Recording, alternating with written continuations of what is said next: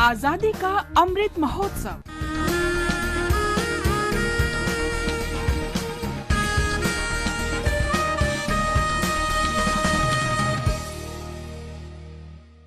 आजादी का सफर आकाशवाणी के साथ। एक राष्ट्र का जन्म। भारत का गौरवशाली स्वतंत्रता संग्राम आधुनिक विश्व के अब तक के सबसे बड़े संघर्षों में से एक है। आकाशवाणी समाचार आपके लिए प्रतिदिन इस संग्राम की एक झलक लेकर आता है।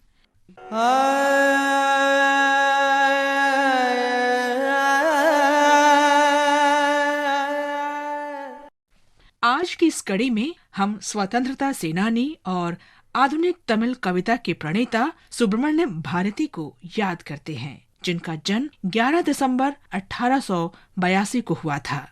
भारतीय स्वतंत्रता आंदोलन के दौरान उनके गीतों और रचनाओं ने देशभक्ति का डंका बजा दिया था। उन्होंने महिलाओं और तथाकथित पिछड़ी जातियों की मुक्ति की दिशा में भी काम किया।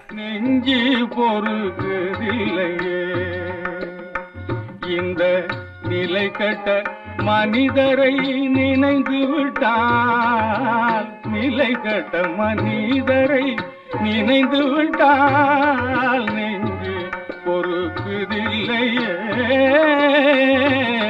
நெஞ்சு பொறுக்கு।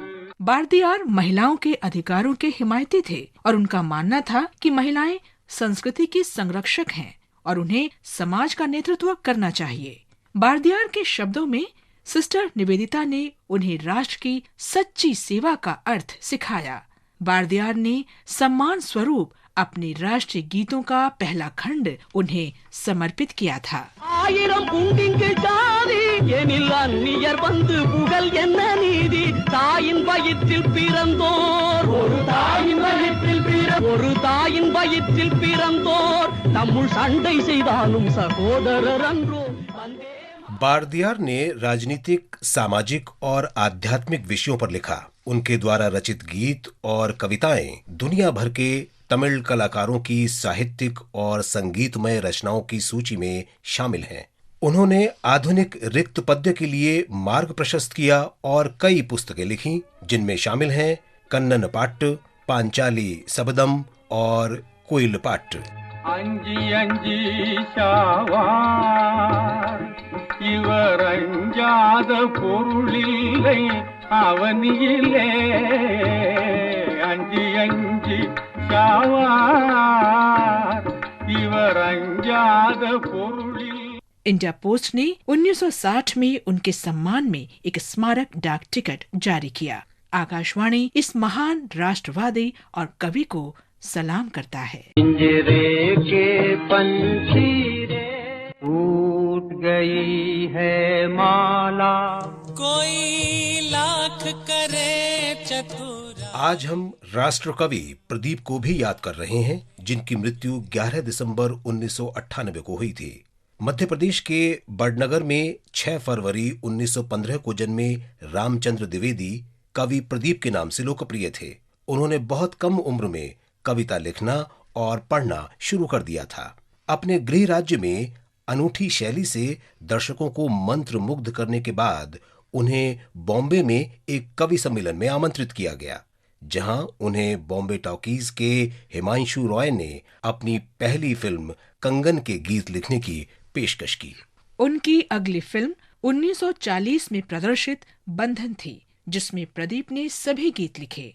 इनमें सबसे उल्लेखनीय गीत चल चल रे नौजवान था, जिसने भारतीय स्वतंत्रता आंदोलन के महत्वपूर्ण मोड़ पर जोश की लहर पैदा की। चल चल रे नौजवान, चल चल रे नौजवान, कहना मेरा मान मान, चल रे नौजवान। बाद में 1943 में फिल्म किस्मत के उनके गीत ने देशभक्ति की भावना का संचार किया। आज हिमालय की चोटी से फिर हमने ललकारा है, दूर हटो दूर हटो दूर हटो है दुनिया वालों हिंदुस्तान हमारा। गांधी जी ने जब 42 में क्विट इंडिया का स्लोगन दिया कि करो या मरो, तो हम एक पिक्चर बना रहे थे किस्मत में।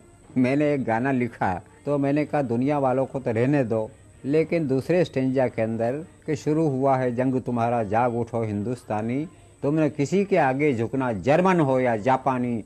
और फिर आज सभी के लिए हमारा यही कौमी नारा है, दूर हटो, दूर हटो, दूर हटो, ये दुनिया वालों, हिंदुस्तान हमारा है।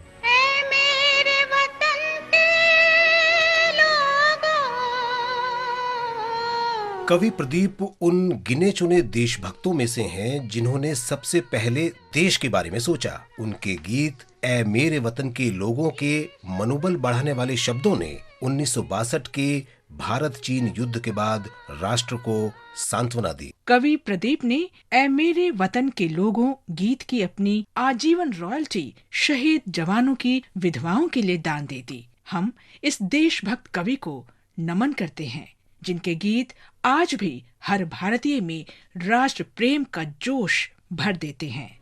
कुछ याद उन्हें भी कर लो